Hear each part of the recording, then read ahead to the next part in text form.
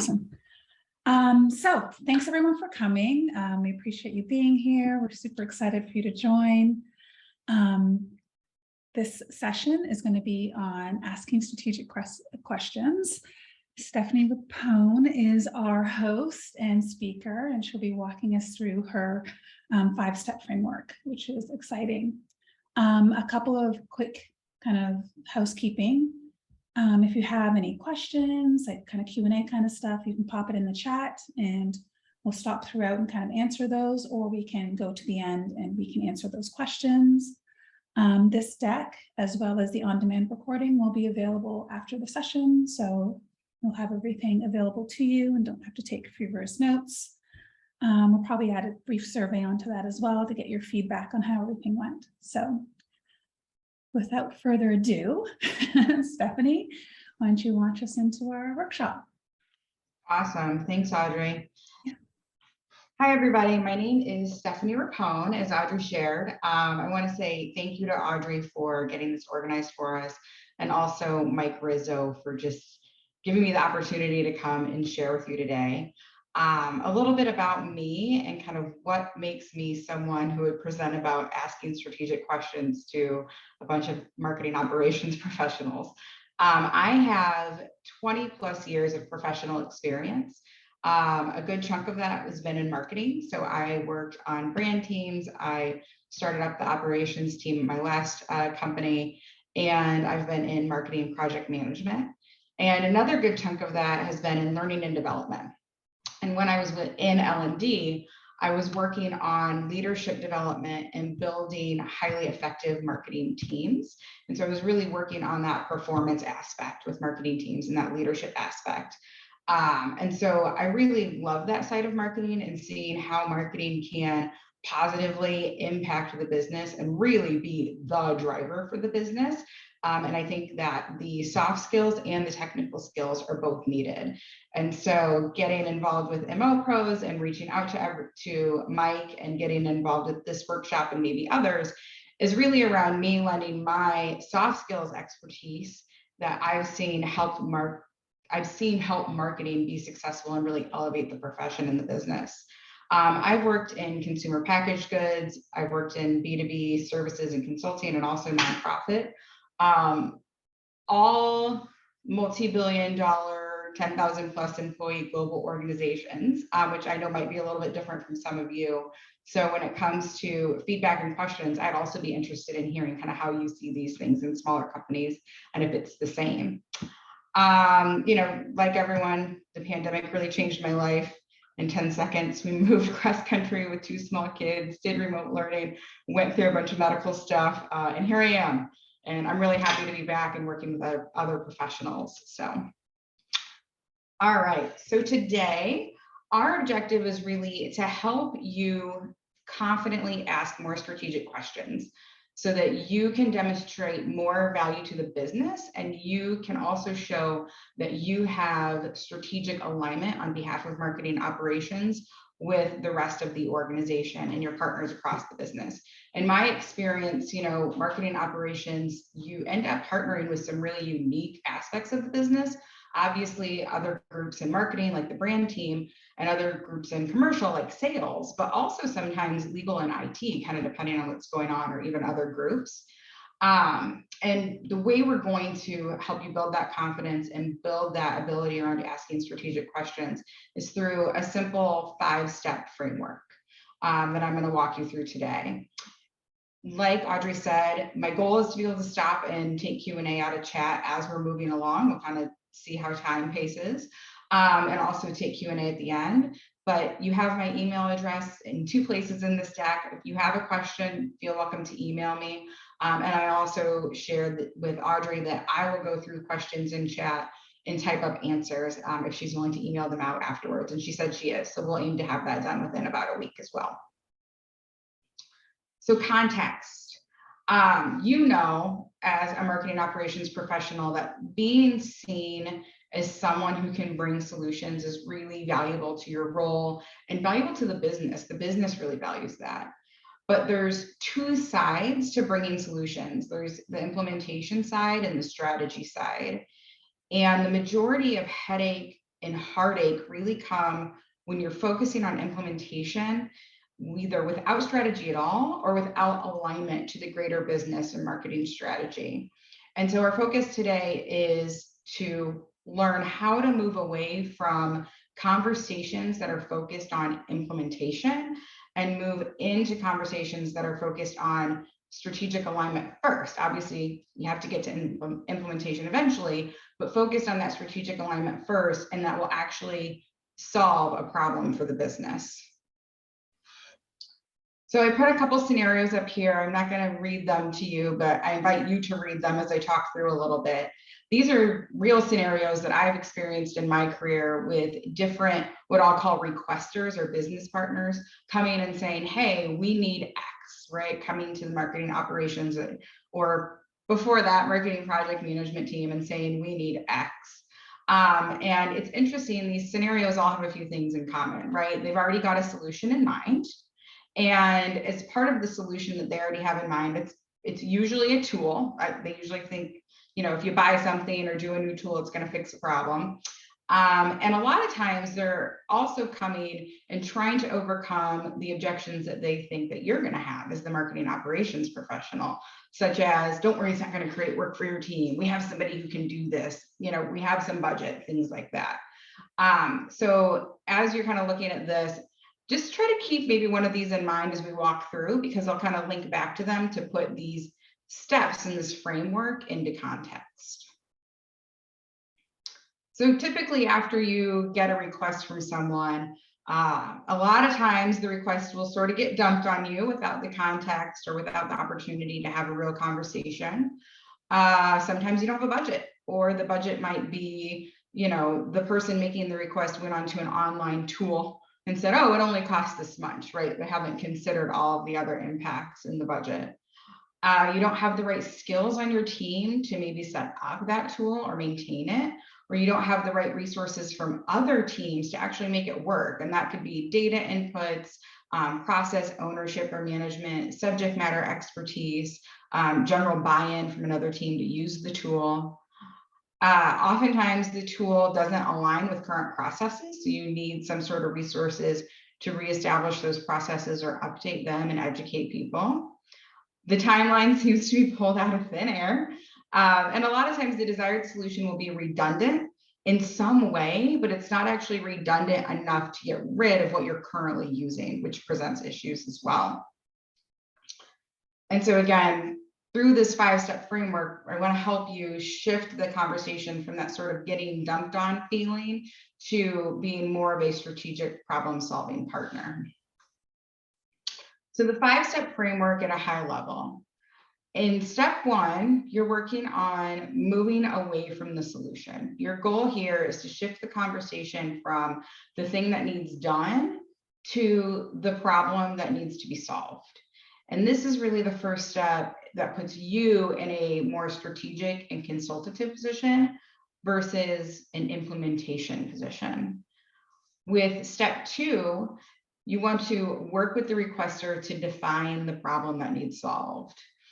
And with that, you also are trying to uncover, is it actually a problem? And one of the things we're going to talk about a little bit is that a lot of times these requests get made, and when you start to dig into it from a business strategy alignment perspective, you'll find there actually isn't a problem, or what the requester wants to implement is not going to be the thing that fixes that problem. And so we'll talk about some examples with that. In step 3, you want to clarify the requirements for the solution. So what are the requirements, or are there any restrictions for the solution that's going to be put in place, right? And there's some potential bullet points here, and we're going to talk about each one of these steps in much more depth. But one of the things around requirements for the solution, you are just looking for high-level requirements from the perspective of the person who's making the request. This isn't like a true requirements gathering session. This is just their initial brain dump. So keep that sort of scope of the conversation in mind. With step 4, you're going to identify resources available. So what is the budget? Have they thought about budget? Is there any budget? Where did it come from? Who's available to lend their time or expertise and knowledge? And who is the executive sponsor? And we're going to talk more about what executive sponsorship means and why it's important. And then in step 5, we want to define key metrics. The key metrics here that we're talking about are simply observable changes that will let you know that the problem you defined in step 2 has actually been solved. So it's not a big KPI dashboard or anything too crazy. It's what can we observe objectively to know if we've actually solved that business problem that we said we were setting out to solve. These sorts of conversations are not perfectly linear. This is a framework. It requires flexibility. You'll be having a conversation in step 1, and you might get some of the answers to your questions in step 3. So it's something that you just have to practice to get more and more familiar with and more fluid with as well. So before we dive into detail on the steps, are there any? I don't think there is. Are there any questions in the chat yet? Audrey, can you make sure I'm looking at this correctly? Yeah, no, there's no questions in the chat just yet. Okay. All right. Awesome. All right. So we will get into detail. Hold on one second. There we go. All right. So step 1 is moving away from the solution. So the objective in step 1 is to pivot the conversation from the thing that they want to beginning to talk about the problem that needs to be solved. So the first step, or the first part of that, is acknowledging that they have a need. And this almost always, the easiest way to do this is to start out with I understand. Oh, you know, I actually wanted to make one little speaker's note. As we go through this deck, you'll see there's a lot of text here. It's very text heavy. I went that direction on purpose because since we are going to send this deck to you afterwards, I wanted it to essentially serve as a discussion guide. So you literally have words and exact questions that you can use in your conversations in this document so that it can help you when you sit down to have these conversations with people. So just sorry about that. I just wanted to make that note. All right, back on track. So acknowledge that they have a need.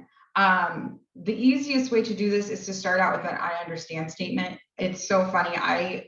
When I used to teach this sort of in my corporate world, I used to joke that this was like fake listening, right? I understand that you, and repeat back what they said, right? I understand that you want this. I understand that you'd like to see us up-level email marketing. And I understand you'd like that revenue attribution is important. Just give it back to them.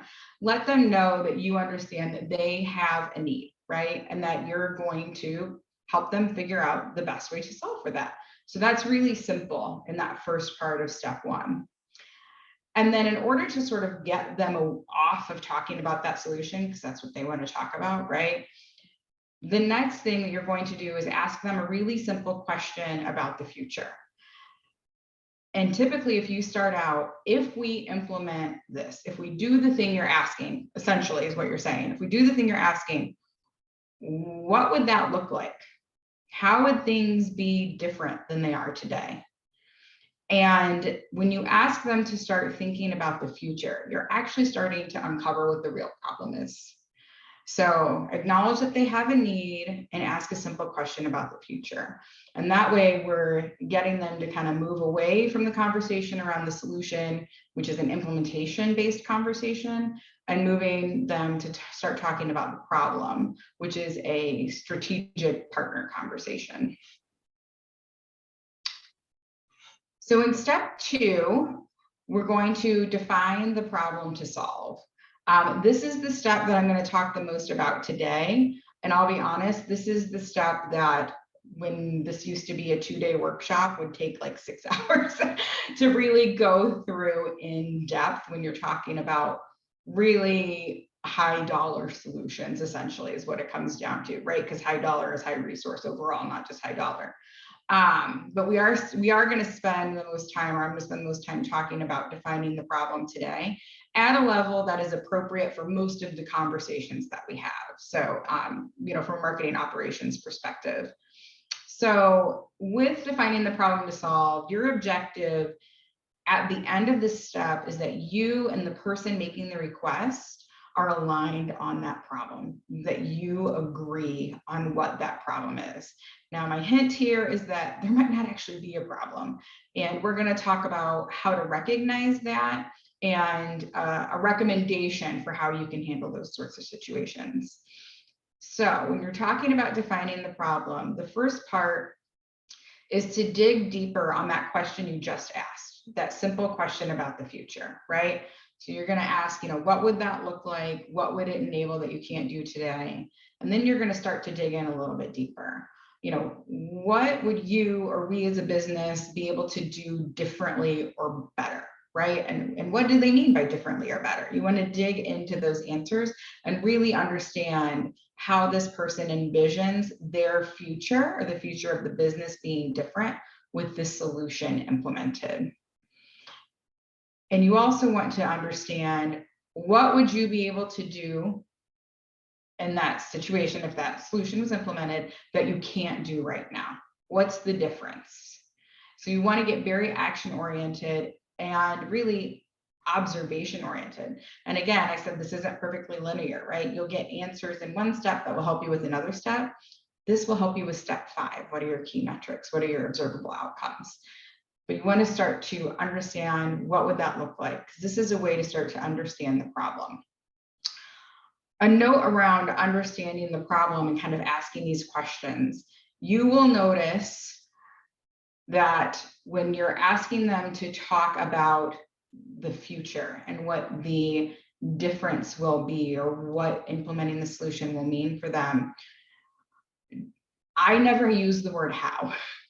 People get really defensive when they hear the word how. They, especially when you start to ask them, or excuse me, not how, why. I saw how on my note, sorry. The word why. People get really defensive when you ask them the word why.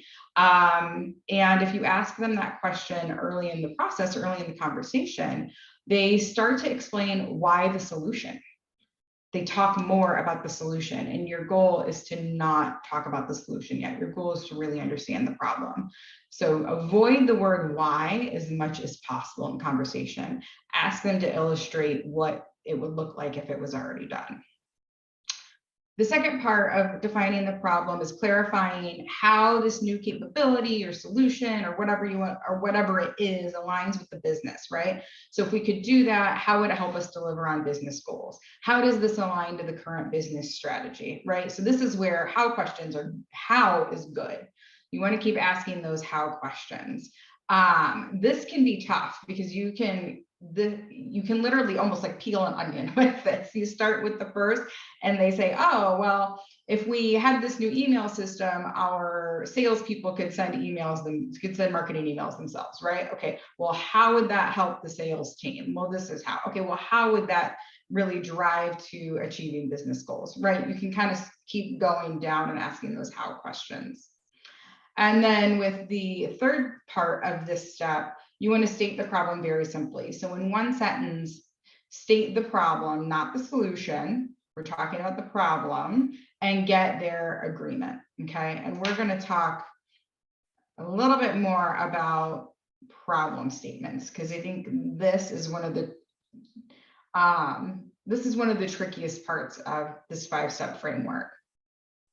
So when you look at problem statements, in the box on the right, there are some samples of some pretty solid problem statements. They're very simple, they're not overly complex, and they do the job. And so when I say do the job, what do I mean?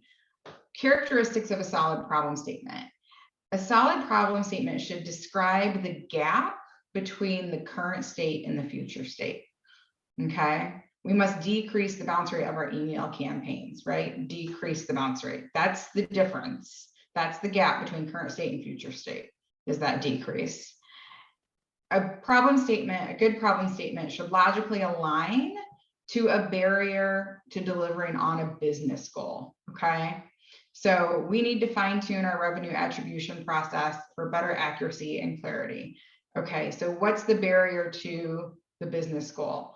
Well, if the goal is to grow the business, and let's assume, right, a healthy assumption that growing the business, part of growing the business is understanding revenue attribution so you can put your resources in the right place. Obviously, you need that process to improve, right? You need better accuracy and clarity. and revenue attribution so that you can put your resources in the right place. So that aligns to the delivery of a business goal. And a good problem statement is outcome oriented. It's not about change for the sake of change. So a good problem statement, we must ensure campaigns are on brand in look, feel, and voice. It's outcome oriented. You can clearly see if the campaigns are on brand and look, feel, and voice. It's not just changing the process for the sake of changing the process. And here are some problem statements that aren't great, that are similar in nature, okay?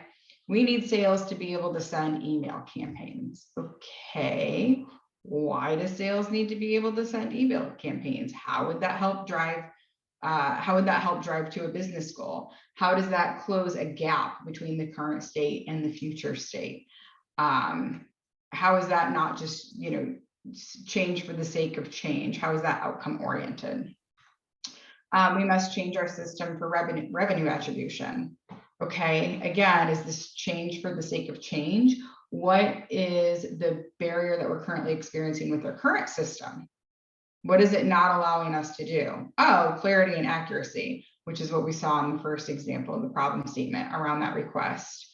And our brand agency needs to review every campaign. And so I don't know if anybody here has had the same experience, but brand agency was probably one of my most difficult clients to work with in all of my marketing positions and marketing operations positions, is that the agency wanted to do things a certain way and really trying to unpack that and figure out what was best for the business. So what's the business outcome of the brand agency reviewing everything? Okay, well, really what it's about is making sure that campaigns are on brand and look, feel, and voice. And we know why on brand, we can make healthy assumptions around why on brand is important. So, how did I get some sort of weird, I don't know if it's zooming weird for you guys. I don't know how I managed to do that. Hold on. All right. So in other words, if you have a problem statement that isn't really a problem statement, or maybe it's not a real business problem, what should you do? So the first thing is, I always say, take time to see if you really tried to connect to a business problem. And honestly, this is one of those times that you can just simply state, I'm having a hard time understanding how this is preventing us from growing the business or connecting, or from growing the business, or from delivering on the strategy for the business. You can be transparent in that way. You're being strategic, right? You're not asking because you don't get it. You're saying, can you help me understand this? And you can just flat out ask and see how they can illustrate that for you. But don't assume that the person has shiny object syndrome. I think that's something that's kind of easy to do if you've had a lot of requests that don't seem to make a lot of sense come your way, especially if someone has a reputation for that in the organization. But don't jump to that assumption. Really give them the opportunity to express what makes this a business issue and how solving this would provide some real growth or strategic delivery to the business. And if you don't get anywhere, just move ahead. Do not beat a dead horse, right? So if you don't get anywhere, go ahead and move and just move along. And my suggestion with that is to state what you do have as a problem statement and give them some sort of path to move forward, right? So we need sales to be able to send email campaigns. Maybe we can't get to what the actual business issue is. So you can simply say, I understand you want sales to be able to send email campaigns. However, there are legal and brand compliance reasons we don't operate that way today. Those things would need to be solved before any system change or anything my team could do would be a benefit to you, right? And the bonus there is, would you like me to set up the call with legal and brand? Because those things have to be handled first. Another one, we need our brand agency to review every campaign. You can simply say, I understand you want the agency to review campaigns. Is there a way we can build in-house expertise so we're less dependent on external partners in the long run, right? Or long term?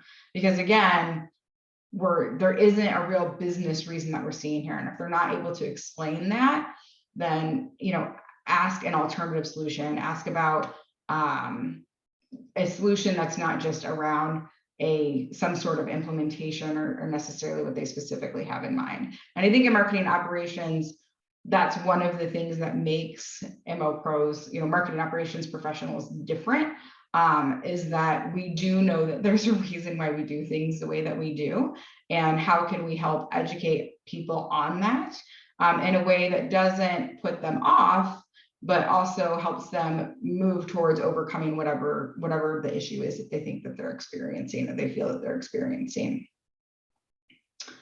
And once you've come to a problem statement, get alignment. Make sure that they agree. And I'm a big fan of meeting notes. Put this in the meeting notes, right? We agree that this is the problem we're aiming to solve.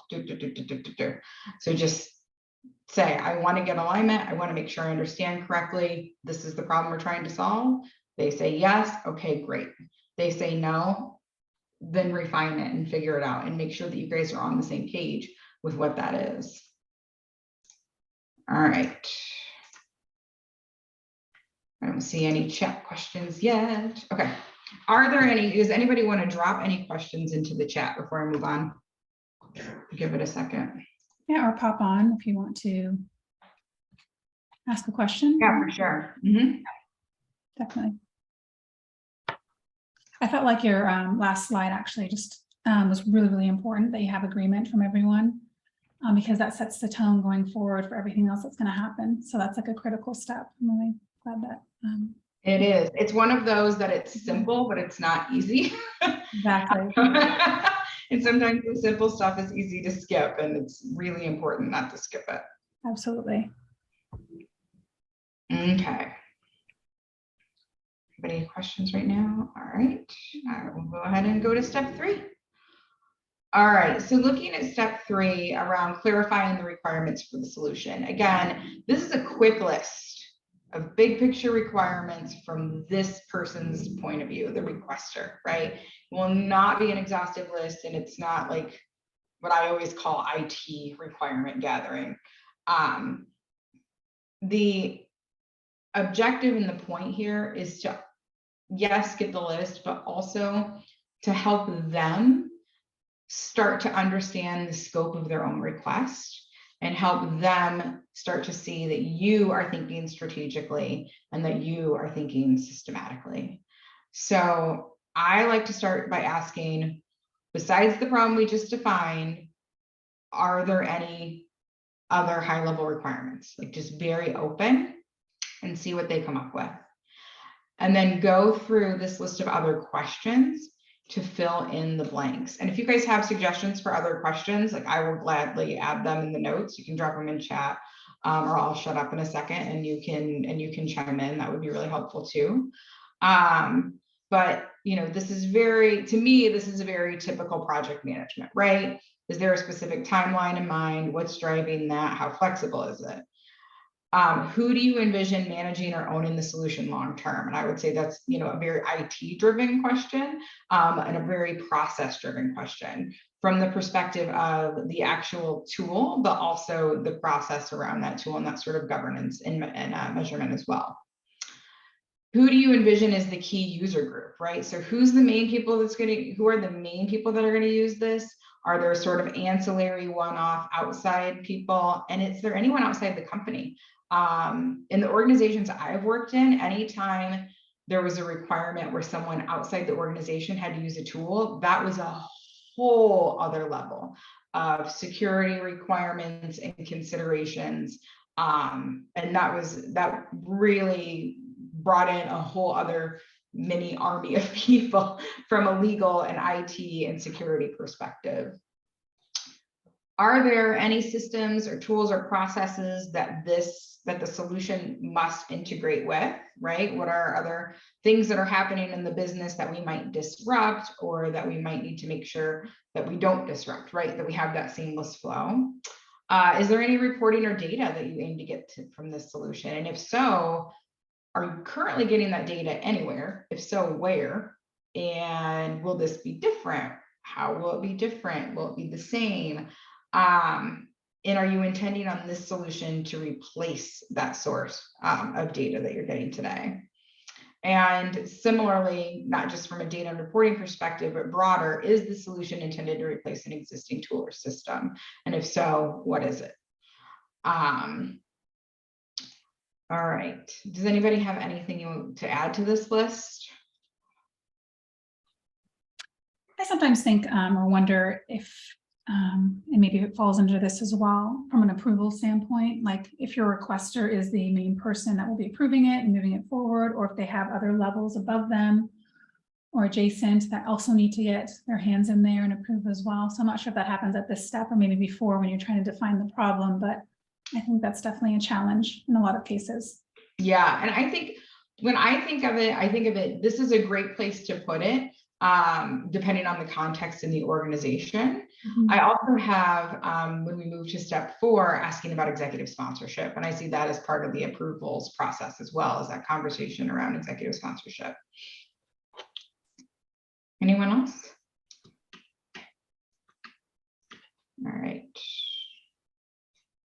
All right, with step 4, identifying the resources available. So again, this is a quick list, right? You want to get a quick list from this person of what they've already considered as far as resources go. And just like all the other steps, there's always kind of 2 sides to what's your objective. The other side of the objective is to plant the seed for need, right? You want to put it in their brain that you are going to require resources and that it is 99.99% of the time going to be more than what they've already considered. So you want to get that in their mind, and you want to make sure that you're planting that seed early in these discussions. So the first part is to gather a quick list, right? What resources are available, and let them talk. I always think it's interesting, instead of getting specific around what's the budget, how many people, do you have anybody that can work on this, et cetera, et cetera. It's very interesting with asking an open-ended question here, the things that you might get offered. I have been shocked in the past where I find out like, oh, there's actually, I've already talked to the CIO and he's bringing on a new architect, and that person can get involved in this from this perspective. And you're like, oh, cool. Like, I didn't even know that we were going to have somebody in that position. So there's definitely a benefit here to being very open with the question and just asking what resources are available, and then taking that same approach as requirements where you're filling in the gaps with more specific questions. And then also, of course, clarifying, right? How much, do you know how much? Is there something already set aside, or do we need to figure that out together? And then which department does that sit in right now, whether it's money or personnel? Because I'm assuming this is consistent. There isn't just a big slushy marketing ops fund to use for whatever requests come in throughout the year. So what department does that money sit in, or that personnel sit in? And do they know that their budget or their people are slated as a resource? And I think that partly gets to what you brought up too, Audrey, around the approver side. Do people know that they're going to be tapped for this? Does someone know that their budget's going to be tapped? And also asking, right, are these people available? And then also planting that seed for need, right? So thank you for sharing. We'll also need an executive sponsor. If you are talking to somebody who's at that level, ask, is it you? Are you the executive sponsor? And if it's not, who is it? Or if they're not at that level, who do they think would be a good sponsor, and how do you get that sponsorship? I find executive sponsorship is necessary regardless of what the budget is. Because when you are in marketing operations, most of the time you are implementing something that's going to require a change in someone else's workflow, process, behavior, reporting. And in order to make that change happen, you need to have that leadership support, but also that leadership driving it from the top down, saying this is what's coming, and my expectation for my team is that they will, do XYZ, or they'll be part of this change. So don't forget the executive sponsorship piece. And also part of planting that seed is asking permission, getting their alignment, again, just like we did with the problem piece. I want to come back to you with a more firm estimate on the cost, right? The cost, the time, the personnel support we'll need. So is that okay? Can I come back to you with that? And just really opening that door and letting them know that you will provide them with a realistic estimate of what it's going to take. Because oftentimes what people think something's going to take, as you guys know, is just not realistic. All right. Any questions or comments around this? All right. Okay. And then the last step is really around defining metrics. And these are metrics, again, that tell you whether or not you've solved the problem. So just clear, observable metrics. Have you either solved the problem or have you improved the situation that you set out to improve? So the first part is go back to step one and that future vision, right? So earlier you said if we could solve this problem, it would enable this. Is that still correct? Is that still on point? Has any other part of this conversation changed your perspective, right? Is there anything else that would be a positive result or an outcome if we solved this issue, okay? And make sure that you get from them some of these other things. So a lot of times as you talk it through and you talk about requirements, which inherently sort of includes dependencies and who needs to be involved, you end up uncovering other things as well. And then you want to take that list and essentially turn that short list into metrics. So what's something that we could measure or identify to know that we have accomplished that? I think in marketing operations, we're really uniquely positioned to make suggestions around that. We often know what key metrics we're looking at today and can make those links and those associations, which is awesome for being seen as a more strategic partner as well. If they're bringing things up that you don't already know about or that you don't already necessarily know are being measured, then ask, are these things being measured today? And if not, what are we going to consider our baseline? How are we going to know that we made a difference? And also, where will the data come from in the future, especially if you're implementing something that's either going to result in new data or potentially different data or even data that's coming out of a different source. Because as we know, different sources report what is supposedly the same amount of data or the same piece of data, but they report it in a different way and you can get different metrics. So just aligning on what that will be. This doesn't have to be like 10 things. It can be one. It's usually good if you have like 2 to 4, but it doesn't have to be a huge list of complicated metrics. Simple is good. So again, that's the 5-step framework for asking strategic questions and really trying to pivot from having a implementation-oriented relationship with people who are coming to you for help and shifting that more to a strategic partner conversation, right? So that's the first objective at the end of this conversation, is to have that partnership with the requester who's now open to your ideas. You want to have a succinct and clear problem statement that everyone has aligned to. You want to have a quick list of requirements from that requester's point of view and a quick list of resources. And of course, with that, making sure that you've planted the seed with them that there's going to need to be more, whether it's money or time or expertise or executive support, but you're probably going to come back to them and ask for something that's not currently on the list. And having some sort of clear observable metrics that let you know that the problem's been solved or has somehow been improved. All right. Oh, we do have in a chat. Oh, awesome. Oh, thank you so much. Are there any questions, you guys? We do have time. So if you have questions, I'm happy to answer them, but you can also email me as well. And Audrey's going to send the deck out to everybody. Yes, I am. And the recording will be available on demand. Oh, yeah, that's right. In recording. Thank you. Yeah, for sure. You can either unmute or you can hop in the chat if you have any questions. I do have a quick question. My question is more on like the deployment, right?